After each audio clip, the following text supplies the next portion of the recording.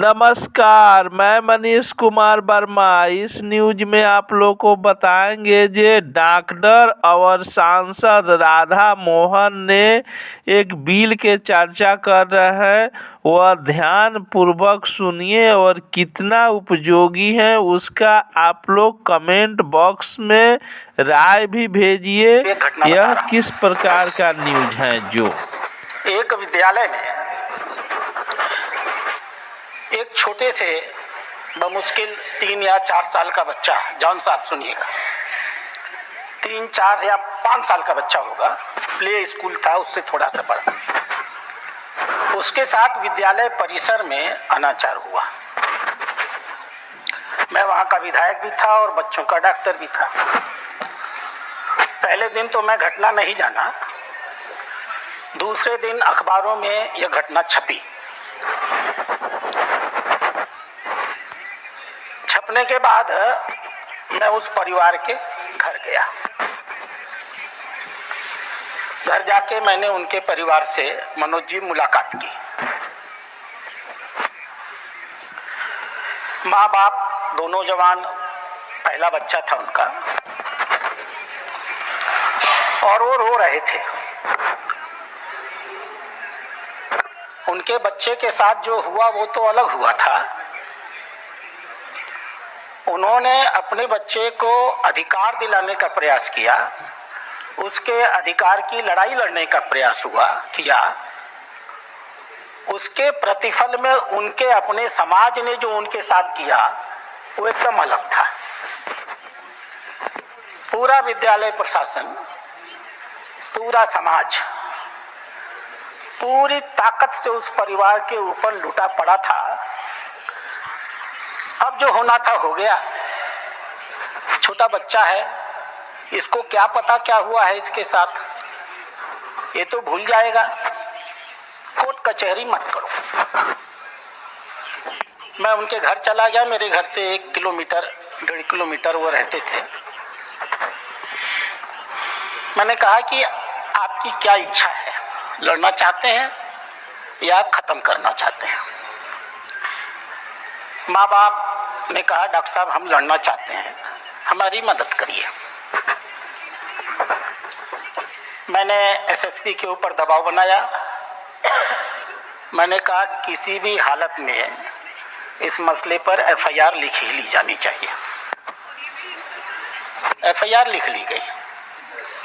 मैं ये भी नहीं बताऊंगा उसका मजहब क्या था, विद्यालय का नाम क्या था, और ये भी नहीं बताऊंगा कि उस प्रदेश में सरकार किस पार्टी की थी।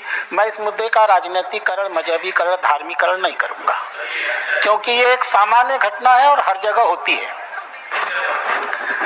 2-3 दिनों तक उसके समाज का दबाव पुलिस के ऊपर पड़ता रहा।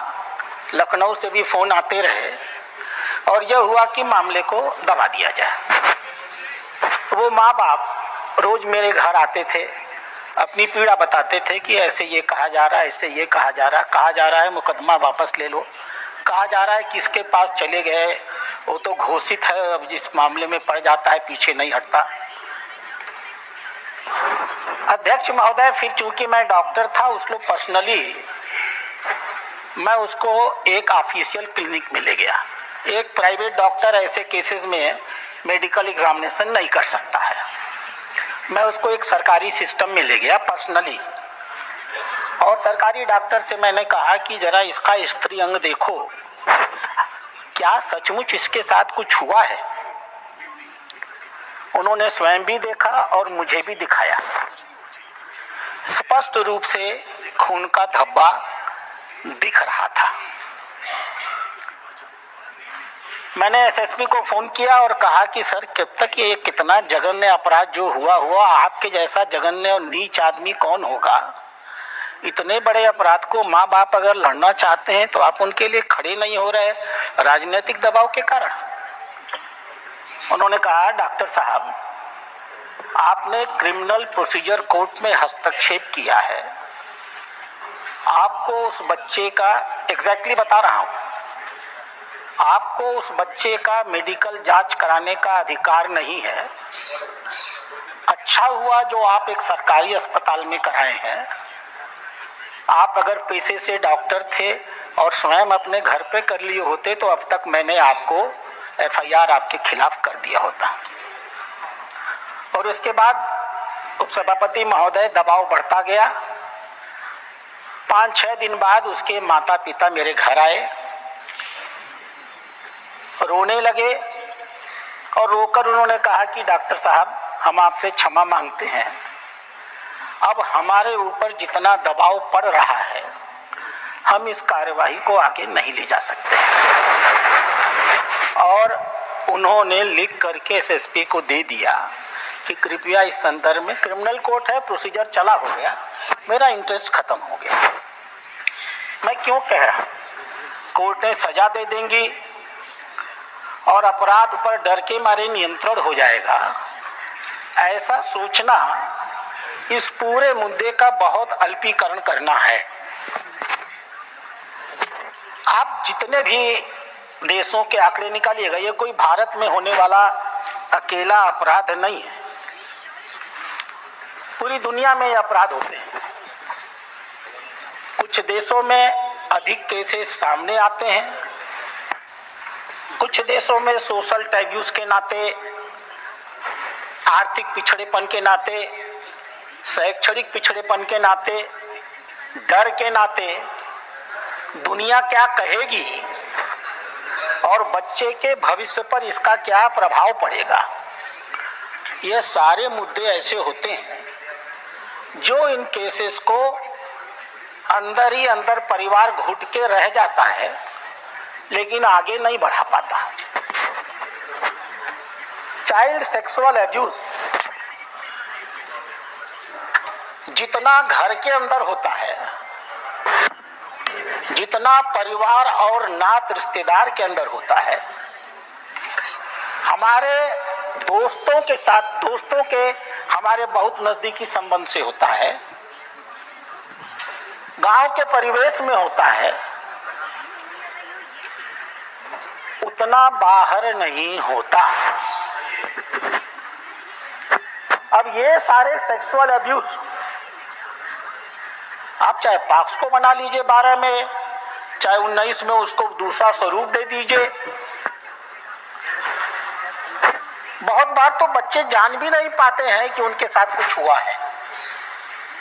कंसेंट फंसेंट तो बहुत दूर की बात है, उनके समझ में भी नहीं आता कि जो मेरे साथ हुआ वो क्या हुआ, जब तक कि वो घटना बार बार रिपीट नहीं होती है। और ये जो बार बार रिपीट होने की घटना है वो तो सिर्फ घर में ही हो भी सकती है, परिवार और नात रिश्तेदार उनके बीच में ही हो सकती है। मैं किसी रिश्तेदार का नाम लेकर के किसी रिश्ते विशेष को अपमानित नहीं करना चाहूँगा, लेकिन सच यही है कि घर को ही आग लग गई घर के अंदर का ये खेल है। तो मैं तो समझता था कि इतने महत्वपूर्ण विषय पर अगर कोई विधेयक लाया जाने का प्रयास हो रहा है तो बहुत गंभीरता से इस पर विचार होगा। सरकार भी बहुत सारे काम राजनीतिक दबाव में करती है, जैसे पॉक्सो ही है। हम सब जानते हैं कि ये कहां से शुरू हुआ। जो गंभीर सामाजिक चिंतन होना चाहिए था, जो गंभीर मनोवैज्ञानिक चिंतन होना चाहिए था, जो लोग इस प्रकार के काम करते हैं वो सामान्य आदमी नहीं हो सकते। वो मानसिक रूप से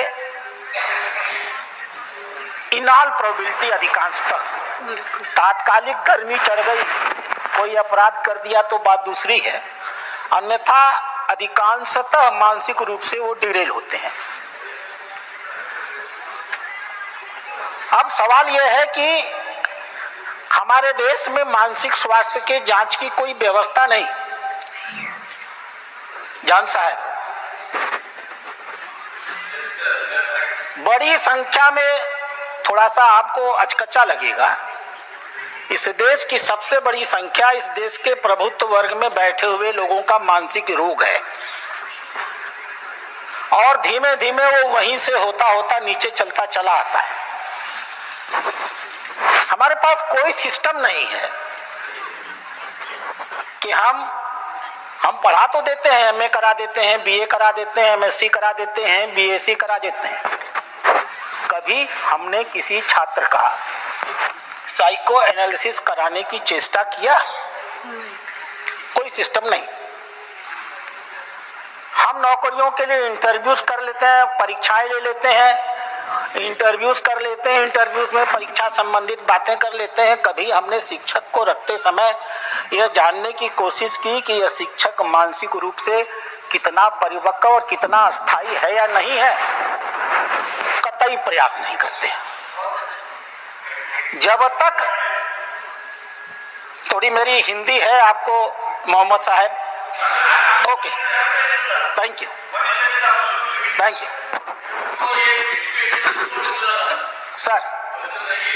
सर, या मैं आपको बता रहा हूं उपसभापति महोदय, हमें अपने संपूर्ण व्यवस्था में दुनिया भर के बीमारियों का हम इलाज करते हैं, जांच करते हैं। मनुष्य के व्यक्तित्व का मूल्यांकन इस पूरी की पूरी शिक्षा पद्धति में, इस पूरी की पूरी सर्विस सिस्टम में, चाहे वो प्राइवेट सर्विस हो चाहे वो गवर्नमेंट सर्विस हो, कहीं उसके मूल्यांकन का कोई प्रक्रिया है ही नहीं। हम किसी कुर्सी पर बैठे हैं, रिजल्ट दे रहे हैं तो हम अच्छे हैं। हम किसी चीज को गलत समझ रहे हैं, इसलिए कुर्सी की मांग के अनुरूप वो रिजल्ट पूरा नहीं कर रहे तो हम बुरे हैं। आज के इस युग में हर आदमी धीमे धीमे रूप से असामान्य होता चला जा रहा है। मैं राज्यसभा की चर्चा नहीं कर सकता, नहीं तो कोई प्रिविलेज मोशन दे देगा मुझको। सच यह है कि यहाँ की भी जांच हो जानी चाहिए। मैं बहुत गंभीरता से कह रहा हूँ, हंसी और मजाक में रहने लायक नहीं कह रहा हूँ।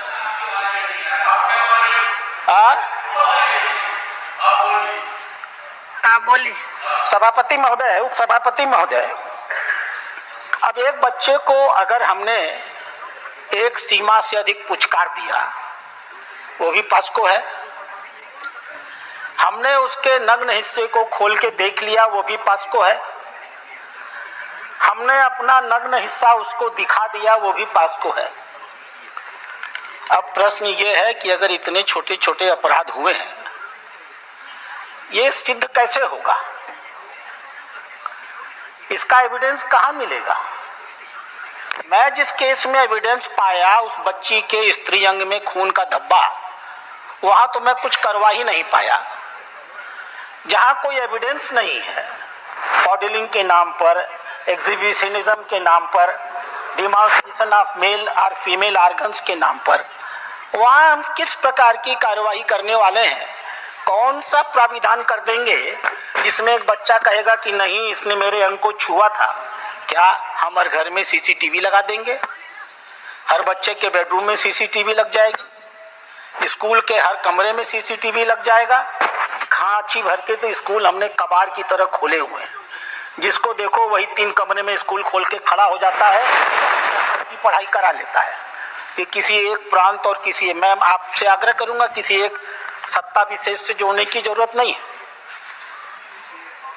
बच्चा अपने रिश्तेदार के यहाँ जाएगा, वहां हो जाएगा, वहां सीसीटीवी लेके जाएंगे। बच्चे को आप हॉस्टल में रखेंगे, वहां हो जाएगा, वहां सीसीटीवी लेके जाएंगे। घर में आप ट्यूशन लगा देंगे, ट्यूशन लगाने वाला पढ़ाते पढ़ाते क्या कुकर्म कर देगा, वहां सीसीटीवी लगा देंगे। कार्य क्षेत्र में जहां कहीं ऐसा कोई अनाचरण हो जाएगा, कहां कहां लगा देंगे। इसीलिए कानून के माध्यम से अध्यक्ष सभापति महोदय, आंकड़े तो बहुत साफ। मैडम की चिंता इसलिए भी ज्यादा होगी क्योंकि ये आंकड़े देश में सबसे खराब महाराष्ट्र में है। मैं इसको मानता हूं, कोई भी चिंता जब पैदा होती है तो स्थानीय परिस्थितियों की उपज होती है। जो आंकड़े हम लोगों के पास मैं देख पाया, 1 लाख बच्चों में 22,172 बच्चों के साथ, अब कल्पना करिए ये कितना परसेंटेज है। 1 लाख बच्चों में, ये सब डाटा है, आप कहेंगे तो मैं जमा कर दूंगा। 1 लाख बच्चों में 22,172 बच्चों के साथ 2020 में इस प्रकार की विभिन्न घटनाएं भारत में रिपोर्ट की गई। इसको फिर से ध्यान करिएगा, मैं कह रहा हूं भारत में रिपोर्ट की गई। यानी जैसे बर्फ हम पानी में डाल देते हैं, उसका ऊपर वाला टिप दिखता है, नीचे शेष हिस्सा पानी में होता है। ये रिपोर्टें टिप ऑफ द आइसबर्ग हैं। जो हमें रिपोर्ट दिख रही है 1 लाख में 22,000, 20%, और ये 20% भी टिप ऑफ द आइसबर्ग है।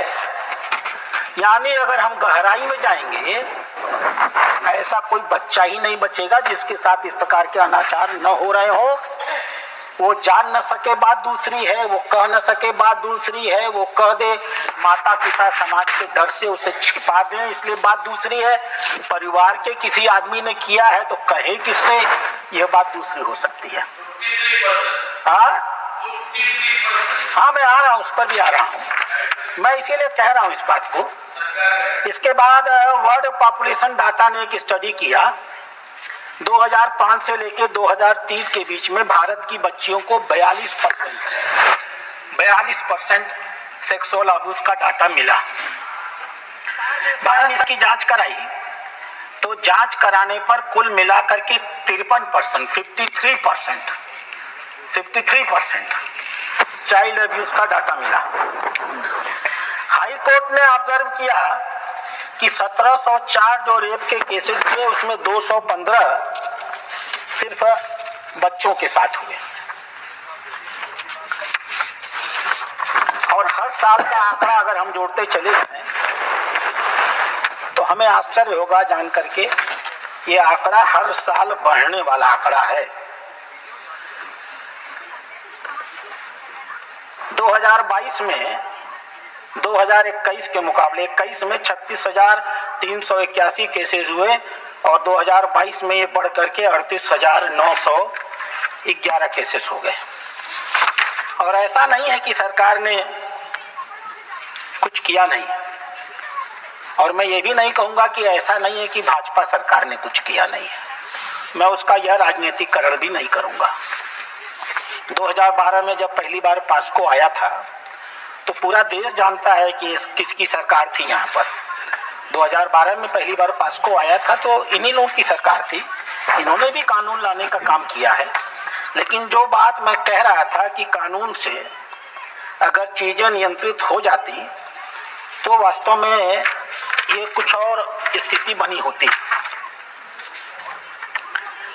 जो सबसे बड़ी समस्या है सभापति महोदय, हमें लगता है कि उनके साथ एक सेक्स हो गया, उनको पता नहीं, बाल मन बड़ा कमजोर होता है, बहुत कमजोर। चर्चा कर रही थी फौजिया दी, बाल मन बहुत कमजोर होता है और उसके दिल और दिमाग में एक बार कुछ चीजें घर कर जाएं तो वो निकलती नहीं है। हम लोग के पास बहुत से ऐसे मरीज आते हैं सभापति महोदय जो दांत चबाते हैं, बाल नोचते हैं, दांत किटकिटाते हैं, रात में पेशाब करते हैं, अकेले में डरते हैं, बुरे बुरे सपने आते हैं, माँ के सिवाय किसी के साथ रहना नहीं। माननीय सदस्य प्लीज कंक्लूड करें। जी प्लीज कंक्लूड करें। मैं आपसे आग्रह करूंगा मैडम, इतना महत्वपूर्ण विषय है। जी मैं समझती हूँ, लेकिन पार्टी ने मुझसे कहा है कि इस विषय को ठीक से रखिए, तो इसलिए मुझे समय दीजिए, अन्यथा मैं तो निर्देश मानने वाला व्यक्ति हूँ। आप जिस समय कहेंगे मैं उस समय रुक जाऊंगा। तो अध्यक्ष महोदय, जो सबसे बड़ी समस्या होती है वो उन बच्चों के ऊपर, ये जो आज के आपको मानसिक रूप से विकृत दिखते हैं ना, इनमें से भी अधिकांश अपने बचपन में मानसिक रूप से इस प्रकार के अपराधों के शिकार हो चुके होते हैं। उनके मन में भी यह बैठा रहता है कि किसी ने मेरे साथ ऐसा किया था, और उनके अंतर्मन की भावना जब वो बड़े होते हैं तो उन्हीं चीजों का वो बदला लेने के लिए उत्सुक होने लगते हैं। करीब करीब हमारे यहाँ एक बड़ी कॉमन बीमारी होती है पोस्ट ट्रॉमेटिक स्ट्रेस डिसऑर्डर, किसी का एक्सीडेंट हो जाए, मेंटली डिस्टर्ब हो जाता है। सामान्य भाषा में मैं उसको बच्चों की भाषा में बता रहा हूँ। इस प्रकार के अपराध के शिकार बच्चे जो घबराते रहते हैं, डरते रहते हैं, स्कूलों में पढ़ना छोड़ देते हैं, विद्यालयों में जवाब देना छोड़ देते हैं, एक जगह गुमसुम बैठे रह जाते हैं, कभी आंख से आंख नहीं मिलाते हैं, टीचर कोई काम कर दे करके नहीं लाते हैं, पहले से उनका स्कोर घट जाता है, उनकी राइटिंग पहले से और अधिक खराब हो जाती है।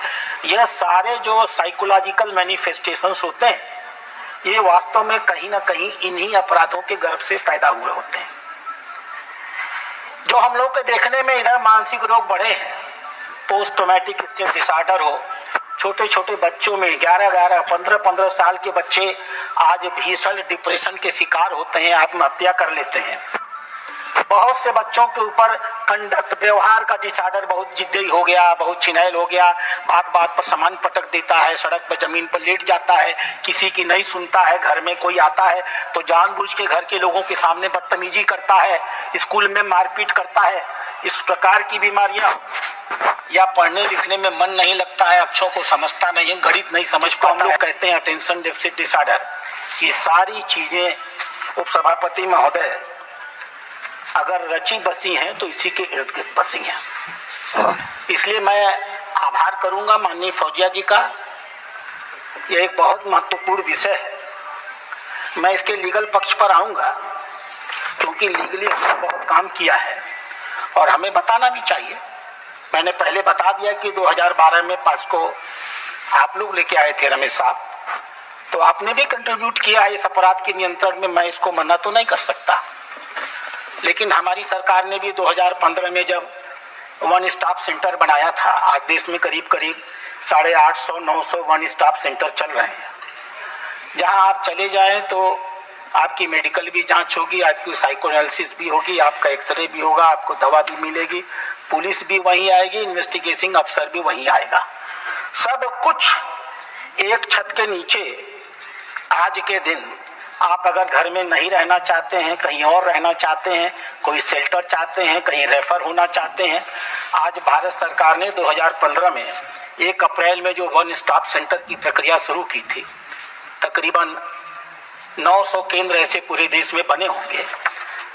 ये इन्हीं बातों को लेकर के चल रहे हैं कि ये बच्चे पुलिस थाने में जा करके, या रेप की शिकार महिलाएं भी पुलिस थाने में जा करके अपना समाधान कब पाएंगी, उनके समस्याएं पहले से और अधिक बढ़ जाएंगी, ये एक सोच आती है।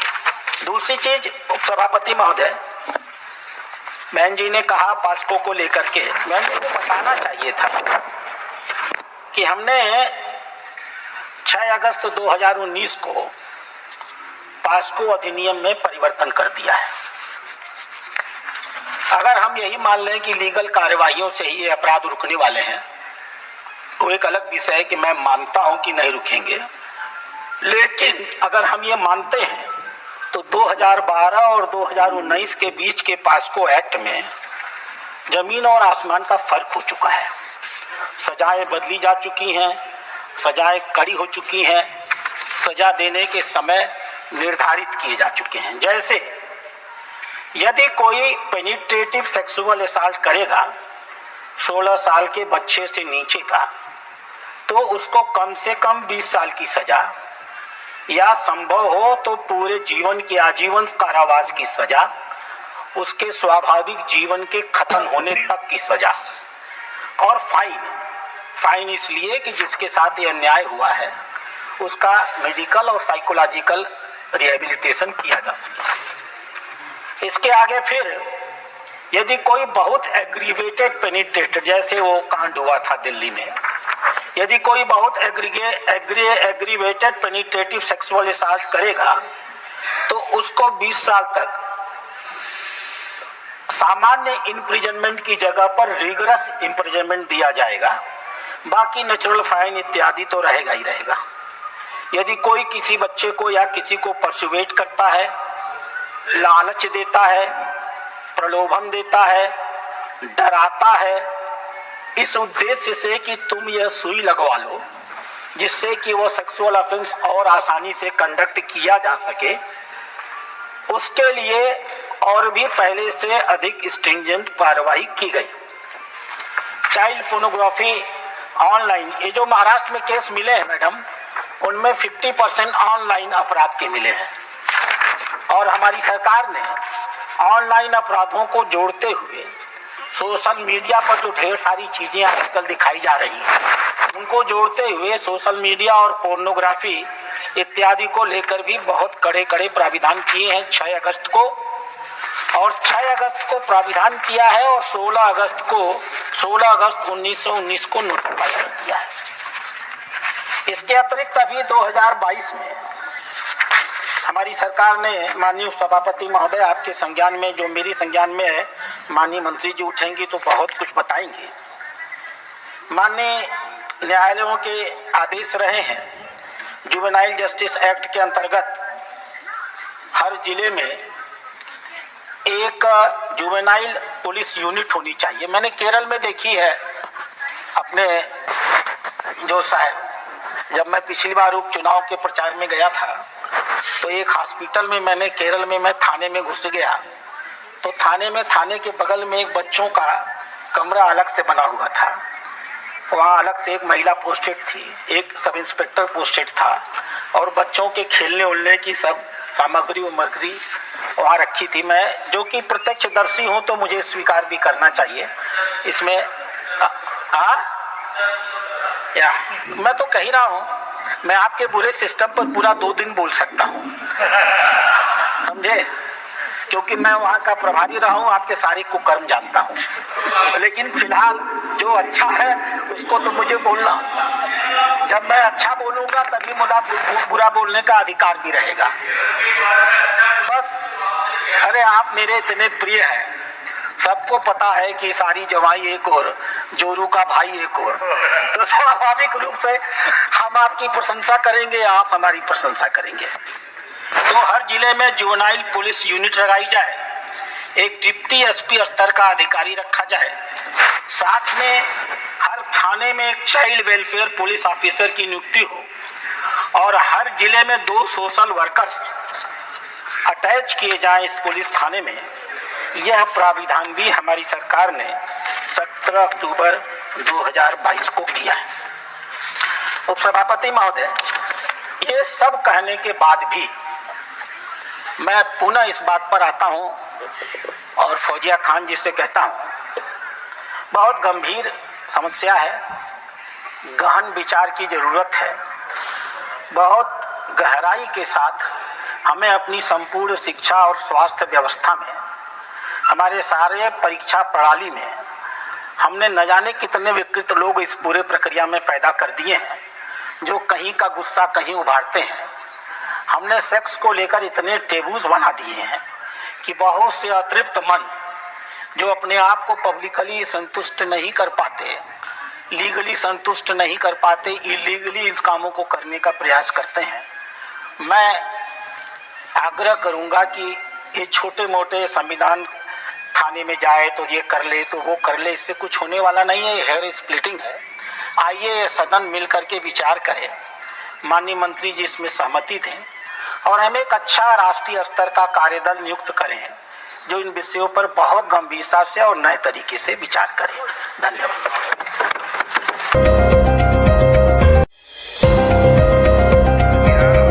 के लिए MSJP न्यूज एक बार अवश्य देखें, अपना राय कमेंट बॉक्स पर अवश्य भेजें। जय हिंद, भारत माता की जय।